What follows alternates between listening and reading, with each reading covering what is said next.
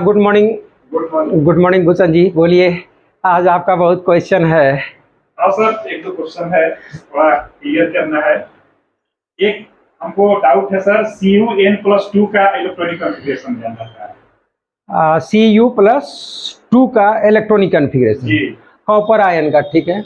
तो हम यहाँ पर देखते हैं Cu, इसका एटॉमिक नंबर कॉपर। Cu मतलब क्यूप्रम इसका लैटिन वर्ड है, उसी वर्ड से लिया गया इसका सिंबल Cu। तो इसका एटॉमिक नंबर होता है 29 और इलेक्ट्रॉनिक कन्फिग्रेशन हम लिखेंगे, ये हो गया 1s2 2s2 2p6 3s2 3p6 4s2 3d9। ये इसका इलेक्ट्रॉनिक कन्फिग्रेशन होता है। क्या होता है इसका इलेक्ट्रॉनिक कन्फिग्रेशन जनरल वे में कॉपर का। अब रही बात, आपको एक चीज देखना है कि जैसे ही यहाँ 3d9 है, डी में होना चाहिए 10 इलेक्ट्रॉन, तो ये एक्सेप्शनल होता है कि इसका 1s का 4s का एक इलेक्ट्रॉन निकल के 3d में चला जाता है, ये 4s1 बचेगा। क्या बचेगा? 4s1। इस केस में अब जब कॉपर का आप देखते होंगे, मैं क्लियर कर रहा हूँ कि Cu+1 अगर इसको Q+ बोलते हैं, क्या पढ़ते हैं, तो इसका क्या मतलब होता है? इसका मतलब होता है कि 4s का जो एक इलेक्ट्रॉन है, चूंकि देखिए 3d कंप्लीट है, पूरा भरा हुआ है, और 4s1 इनकम्प्लीट है, ताकि 4s अकेले नहीं है, 4s 4p 4d अब 4f है, ये टोटल मिलाक होना चाहिए 32 इलेक्ट्रॉन। कितना होना चाहिए? तो है तो नहीं, एक ही है, तो इनकम्प्लीट है, तो ये 4s का एक इलेक्ट्रॉन रिमूव हो जाता है। इसको बोलते हैं Q+ आयन। क्या बोलते हैं इसको? Q+ ion. अब आपने पूछा है Cu+2 का, किसका पूछा है? Cu+2। तो Cu+2 का मतलब हो गया 2 इलेक्ट्रॉन निकल गया। तो इस केस में हम यहाँ जो इलेक्ट्रॉनिक कन्फिग्रेशन लिखे थे 4s2 3d9, क्लियर। तो 4s का इलेक्ट्रॉन को निकाल देना है, तो ये लिखेंगे आप electronic configuration 1s2 2s2 2p6 3s2 3p6 और 3d9 4s0। ये हो गया electronic configuration of Cu+2 ion का। Cu+2 आयन, इसको क्यूप्रिक आयन भी बोलते हैं। क्या पढ़ते हैं इसको? Cupric ion. तो आप ये देख लीजिए, इसको और शॉर्ट में हम लिख सकते हैं Ar18, और यहाँ तक तो यहाँ तक हो गया Ar18, तो आप लिख दीजिए 3d9 4s0, क्लियर, 4s0। अब अगला क्या है? अगला एक क्वेश्चन है Cr का इलेक्ट्रॉनिक कॉन्फ़िगरेशन। ठीक है, Cr का इलेक्ट्रॉनिक कन्फिग्रेशन आप देखिए।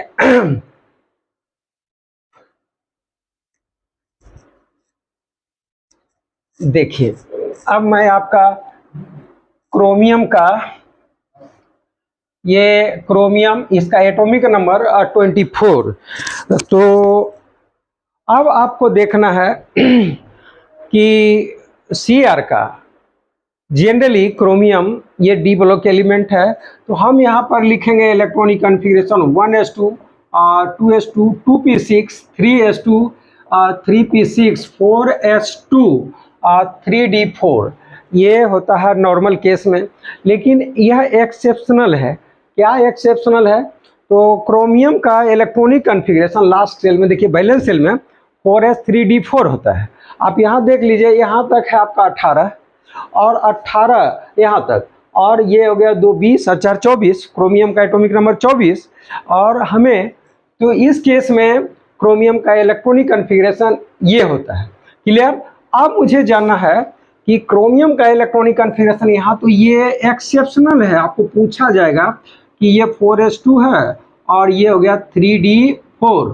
तो देखिए 3d4 है, तो जबकि होना चाहिए इसमें 5 ऑर्बिटल होता है, 1 2 3 4 एंड 5। देखिए 1 इलेक्ट्रॉन 2 3 4, क्या करना है, जब 4 इलेक्ट्रॉन है यहाँ पर, तो ये अनस्टेबल है, इसको फुलफिल होना चाहिए, ठीक ना। तो क्या करता, 4s का एक इलेक्ट्रॉन निकल कर यहाँ चला जाता, तो यहाँ पर लिखेंगे 4s1 और 3d5। ये हो गया electronic configuration of chromium ion. क्या बोलेंगे इसको?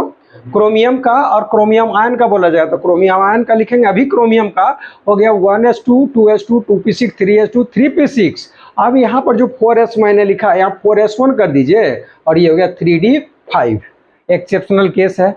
और कोई चीज़ है आपका? एक हमको डाउट हो रहा है, Na+2 में अनपेयर्ड इलेक्ट्रॉन कितना होगा? और निकेल आयन में अनपेयर्ड इलेक्ट्रॉन निकालना, ठीक है। अब देखिए, पहले तो इसके लिए ऑर्बिटल डायग्राम लिखने आना चाहिए, तो मैं आपको क्लियर कर रहा हूँ, क्योंकि ये हम लोग को भी दिक्कत होती थी। तो आप देखिए ये निकेल का एटॉमिक नंबर होता है 28। क्या होता है? 28। तो हम जनरली लिखेंगे 1s2 2s2 2p6 3s2 3p6 4s2 3d, देखिए 3d 5 मैग्नीज और 3d6 iron, 3d 7 iron, cobalt, nickel 7, यहाँ 8 हो जाएगा। निकेल का 8 देख लीजिए आप, 2 2 4 और यहाँ तक हो गया 10 इलेक्ट्रॉन, और ये हो गया आपका 8 इलेक्ट्रॉन, 18 हो गया। 18 2 20 और 8 28। तो निकेल का, अभी हम निकेल का बता रहे हैं, निकेल +2 नहीं, निकेल का। तो निकेल का, और इसका देखिए वैलेंस सेल ये कहलाता है। तो वैलेंस सेल का ऑर्बिटल डायग्राम ये होता है, पहले आप देख लीजिए, उसके बाद कैसे किसी का भी कैलकुलेट कर लेंगे। डी में 5 ऑर्बिटल होता है, 1 2 3, देखिए 1 2 3 4 5, ठीक है। अब जो इलेक्ट्रॉन है अरेंज कर दीजिए, ये हो गया 4s2 और ये हो गया 3d 8, 1 2 3 4 5 6 7 8। अभी तो आप देख रहे हैं कि यहाँ 2 इलेक्ट्रॉन अनपेयर्ड है, 2 इलेक्ट्रॉन अनपेयर्ड है। अनपेयर्ड का मतलब होता है बिना जोड़ा वाला। तो ये निकेल का हो गया। लेकिन आपने पूछा निकेल, या कोई भी पूछे Na+2 या Na+3 Na+4 जैसे पूछे, तो देखिए ये 28 तो आई। अब इसका इलेक्ट्रॉनिक कन्फिग्रेशन क्या होगा? जैसे +2 हुआ, इसका मतलब है 4s का 2 इलेक्ट्रॉन इसके ऑर्बिट से बाहर हो चुका है। तो हम लिखेंगे 1s2 और 2s2 2p6 3s2 3p6। अब क्या करेंगे? 4s हटा देना है, तो 4s में आ गया 0 और 3d 8। तो मैं ये कन्फिग्रेशन आपको लिखने जा रहा हूँ फिर, क्योंकि 4s में तो 0 हो गया, 4s का निकाल दिया इलेक्ट्रॉन, +2 हो गया। तो अनपेयर्ड कितना बच रहा है? 2 ही इलेक्ट्रॉन है। तो अनपेयर्ड इलेक्ट्रॉन इन Na+2 भी 2, कितना होगा? 2। तो हम यहाँ पर लिख देंगे number of unpaired electron, number of unpaired electron in Na+2 is 2। कितना होगा? 2। मेरे समझ से समझ में आ गया होगा? Very good. अब कोई दूसरा चीज बताइए आप। एक क्वेश्चन था, हाँ, how we can reconcile about following character of elements at the basis of electronic configuration? देखिए आपका क्वेश्चन है कि हाउ वी कैन रिकॉग्नाइज और identify different types of characters of the element on the basis of electronic configuration, ये ना? जैसे एक आप एग्जांपल बोलिए, क्या पूछना उसमें से? ऑर्बिटल डायग्राम का हमको, एक मिनट, तो मैं 1 बाय 1 जो बहुत सारा कैरेक्टर है, जो पीरियोडिक टेबल, इसी से आप डिस्कस कर लेंगे पूरा। और ये अगर हो जाता है तो कोऑर्डिनेशन कंपाउंड में मैक्सिमम जो है पार्ट ये क्लियर हो जाता है। तो आपने पूछा कि इलेक्ट्रॉनिक कॉन्फ़िगरेशन के आधार पर किसी भी एलिमेंट का ऑर्बिटल डायग्राम हम कैसे निकाल लेंगे, ये ना? ठीक है, तो देखिए एज फॉर एग्जांपल हम ले लेते हैं आपको ये मान लीजिए एल्यूमिनियम ले लिए। क्या ले लिए हैं? एल्यूमिनियम। एल्यूमिनियम का एटॉमिक नंबर होता है 13। कितना होता है? तो सबसे पहले इलेक्ट्रॉनिक कॉन्फ़िगरेशन लिखना होता है। ये लिख दिए 1s2 2s2 2p6 3s2 3p1।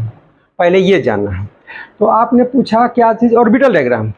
ठीक है, देखिए तो हम सबसे पहले यहाँ पर लिखेंगे orbital diagram on the basis of electronic configuration. ठीक है, तो आपको देखिए सब का नहीं बनाना है। हम जो वैलेंस सेल होता है ना, ये जो लास्ट सेल, इसको आउटर मोस्ट सेल बोलते हैं, तो उसका बना के दिखा देना है।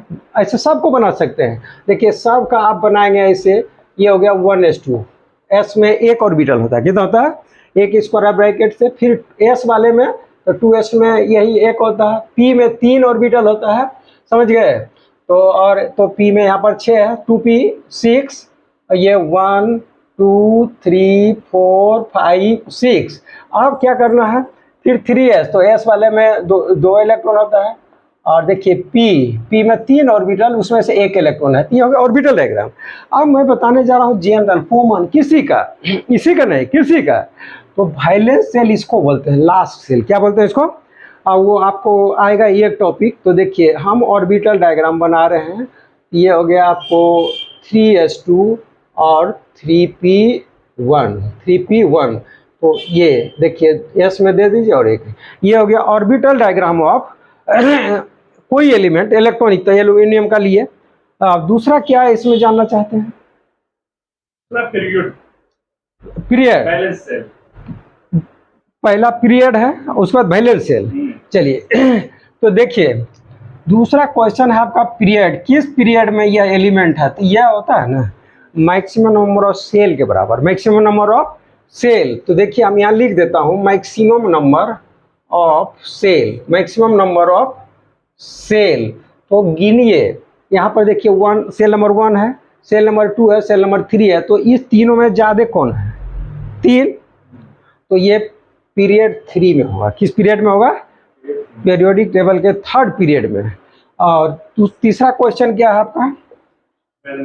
Valence cell. देखिए अब आपको जानना है valence cell. Valence cell equal to ये होता है आउटर मोस्ट सेल। क्या होता है? Outermost cell. तो आउटर मोस्ट सेल क्या है? आउटर मोस्ट सेल सबसे बाहर वाला। तो यहाँ देखिए 1s है, 2s है और 2p है। तो यहाँ पर, और ये तीनों में से बाहर कौन है? 3s 3p। तो यही हो गया आपका वैलेंस सेल, 3s 3p। अब आपका चौथा क्वेश्चन क्या होना चाहिए मेरे समझ से कि वैलेंस इलेक्ट्रॉन कैसे काउंट करेंगे? ठीक है, देखिए ये कंफ्यूजन होता है स्टूडेंट के बीच। आप तो टीचिंग लाइन में है सर, तो वैलेंस इलेक्ट्रॉन और वैलेंसी में लोग अंतर नहीं कर पाते हैं जनरल वे में। तो यहाँ पर जाना है वैलेंस इलेक्ट्रॉन। तो वैलेंस इलेक्ट्रॉन इक्वल टू होता है number of electron present in valence shell, number of electron present in valence shell. तो यहाँ पर आपको मैं लिख दे रहा हूँ number of electron in valence cell, valence cell. तो देखिए नंबर ऑफ इलेक्ट्रॉन इस वैलेंस सेल में 3s 3p में कितना है बताइए? यहीं से देखें 2 1 3, ये वैलेंस इलेक्ट्रॉन हो गया 3। और पांचवा क्या चीज़ है आपका? Very good. अब देखिए ये आपको बताना है ग्रुप नंबर। ठीक है, किसी का भी पता करना है तो जितना वैलेंस इलेक्ट्रॉन होता है ना, ये कहता है group number will be equal to number of valence electron in Roman numeral, in Roman numeral. Roman में लिख देंगे, क्या लिखेंगे? विथ ए, ध्यान देना है, विथ ए माना जितना वैलेंस इलेक्ट्रॉन है उसको रोमन में लिखेंगे। तो यहाँ वैलेंस इलेक्ट्रॉन कितना? 3। कितना है? 3। तो यहाँ पर रोमन में ऐसे लिख दीजिए 3 और इसके आगे ए लगाएंगे। क्यों? ये कब लगाएंगे ये आप पूछ सकते हैं। तो जब लास्ट इलेक्ट्रॉन s में जाए या p में जाए, s में जाए या p में जाए, तो उसके आगे a लगाया जाता। अगर यही लास्ट इलेक्ट्रॉन d में चला जाता और वैलेंस इलेक्ट्रॉन 3 होता तो इसको 3b बोलते। क्या पढ़ते? 3b। तो यहाँ पर मैं लिख देता हूँ if last electron inter into, मतलब प्रवेश करता है, इंटर्ड इंटू s और p सबसेल, s और p सबसेल। क्लियर? और नेक्स्ट बोलिए। अब जान रहा वैलेंसी। ठीक है, बड़ा अच्छा चीज पूछा है कि इलेक्ट्रॉनिक कॉन्फ़िगरेशन से आप कैसे ऑर्बिटल डायग्राम निकालेंगे, कैसे वैलेंसी निकालेंगे, कैसे वैलेंस सेल निकालेंगे, यह तो आप बहुत अच्छा पूछे हैं। देखिए तो हम छठा बात है इसका कि वैलेंसी। देखिए वैलेंसी इक्वल टू होता है इफ, वैलेंसी का 3 डिफिनीशन यहाँ मैं बताऊंगा आपको। If valence electron RV 1 2 3, then valency will be 1 2 3 also, 1 2 3 also. तो वैलेंसी भी होगा 1 2 3। क्या है कि इतना ही इलेक्ट्रॉन ये इलेक्ट्रॉन लॉस कर सकता है, समझ गए। दूसरा डिफिनीशन वैलेंसी का है, फिर ये वैलेंसी का डिफिनीशन नंबर 1 हो गया, वैलेंसी का डिफिनीशन 2 हो गया। If valence electron more than 3 if valence electron more than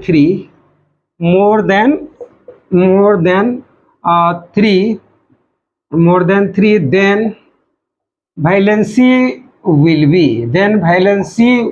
be equal to number of unpaired electron,